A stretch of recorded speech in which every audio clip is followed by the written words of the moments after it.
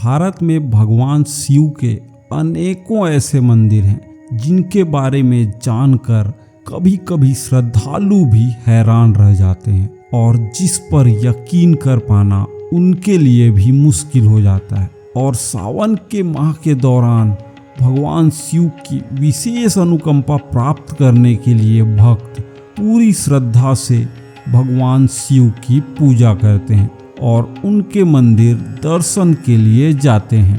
कहते हैं इस माह में शिवलिंग का रुद्राभिषेक करने से मनोवांछित फलों की प्राप्ति होती है, इसलिए भी इस महीने शिव भक्त बड़ी संख्या में रुद्राभिषेक करते हैं। कुछ श्रद्धालु तो पूरे सावन भर हर दिन शिवलिंग का जल अभिषेक करते हैं। लेकिन अगर कोई आपसे कहे कि भोलेनाथ का एक ऐसा मंदिर भी है जहां हमेशा यानी कि साल के पूरे 12 महीने यानी कि पूरे 365 दिन भगवान शिव जलमग्न रहते हैं, शायद आप यकीन नहीं करेंगे, लेकिन दोस्तों ये सच है। मध्य प्रदेश के देवास के चापड़ा में एक ऐसा अनूठा मंदिर है जिसमें भगवान शिव 12 महीने जलमग्न रहते हैं और भगवान भोलेनाथ के सभी भक्त पानी के अंदर से ही उनकी आराधना करते हैं। अब आप सोच रहे होंगे ऐसा कैसे हो सकता है कि पानी के अंदर से भगवान की पूजा की जाए। ये सब बताएंगे आपको इस वीडियो में और साथ ही इस अनोखे मंदिर की कहानी और सावन में इसके दर्शन के महत्व भी बताएंगे। दोस्तों, इस अनोखे मंदिर का नाम चंद्रकेश्वर मंदिर है और ये मंदिर इंदौर से 65 किलोमीटर दूर इंदौर बैतूल राष्ट्रीय राजमार्ग पर स्थित है। ये मंदिर सतपुड़ा की पहाड़ियों और घने जंगलों से चारों ओर से घिरा हुआ है। प्राकृतिक सुंदरता से घिरे इस मंदिर में हमेशा भक्तों की भीड़ लगी रहती है। धार्मिक मान्यता के अनुसार इस मंदिर में स्थापित शिवलिंग करीब 3000 साल पुराना है। यहाँ पर मुख्य मंदिर के साथ राम दरबार और हनुमान जी का भी मंदिर है। दोस्तों, इस मंदिर की स्थापना से जुड़ी एक पौराणिक कथा भी बताई जाती है। कथा बताने से पहले आप हमें ये बताइए कि क्या आप लोगों ने बचपन में च्यवनप्राश खाया है? खाया ही होगा, मैंने भी खाया है और कुछ लोग तो अभी भी खाते होंगे, है ना। अब आप ये सोच रहे होंगे कि भाई मंदिर के बीच में अब ये च्यवनप्राश कहाँ से आ गया। लेकिन दोस्तों, क्या आपको पता है औषधि रूपी च्यवनप्राश को विकसित करने वाले ऋषि च्यवन ऋषि ने ही इस चंद्रकेश्वर मंदिर की स्थापना की थी। जी हाँ दोस्तों, आप में से बहुत लोगों को तो ये पता भी नहीं होगा कि च्यवनप्राश आया कहाँ से था। तो दोस्तों, अब आपको ये पता चल गया कि हमने च्यवनप्राश का जिक्र क्यों किया। अब आगे बढ़ते हैं हमारे शिवलिंग की ओर।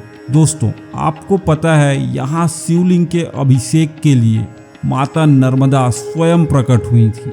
मंदिर के पंडित के मुताबिक च्यवन ऋषि ने इसी जगह पर तपस्या करने के लिए इस मंदिर को स्थापित किया था। उस समय नर्मदा नदी यहाँ से करीब 60 किलोमीटर दूर थी।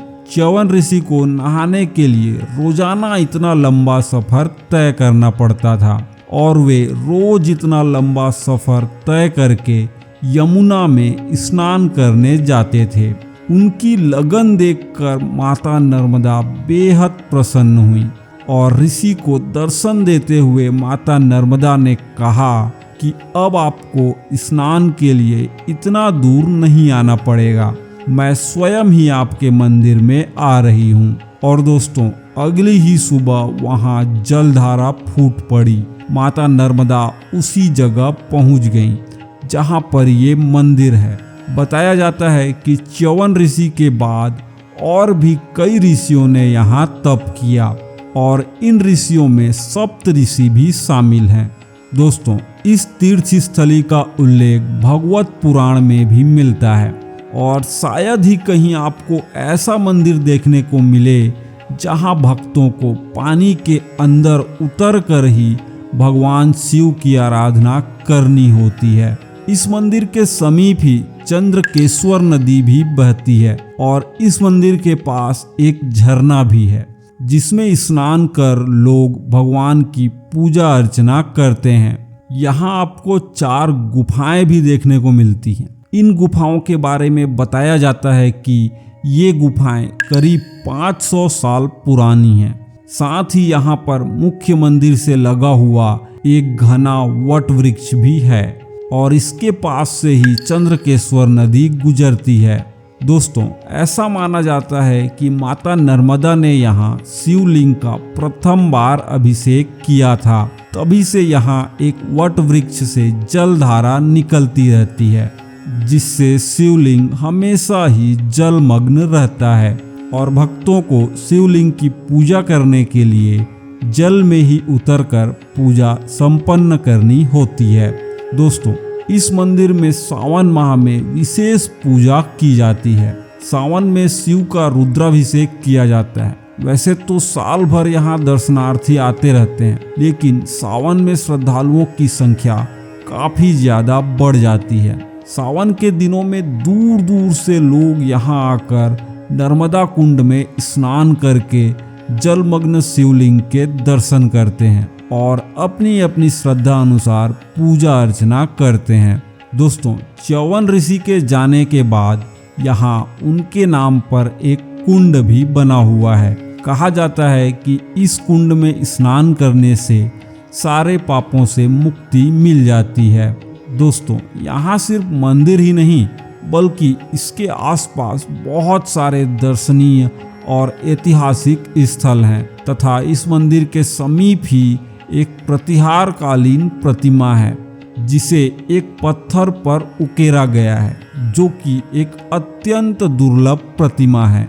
तो दोस्तों, उम्मीद है भगवान शिव के इस मंदिर के बारे में ये जानकारी आपको अच्छी लगी होगी। ऐसा ही भगवान शिव का एक और मंदिर है जहां इंसान फिर से जिंदा हो जाता है, और भगवान शिव का एक ऐसा मंदिर जिसमें शिवलिंग हवा में उड़ता था।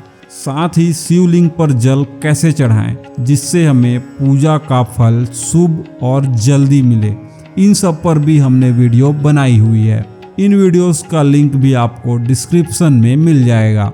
और भगवान शिव के मंदिरों के बारे में ये जानकारी आपको अच्छी लगी तो वीडियो को लाइक और अपने दोस्तों व रिश्तेदारों को शेयर जरूर करें और सब्सक्राइब कर लीजिए इस फोकटिया ज्ञान हिंदी चैनल को, क्योंकि आगे इस चैनल में और भी गजब गजब की जानकारी भरे वीडियोस आपको देखने को मिलेंगे।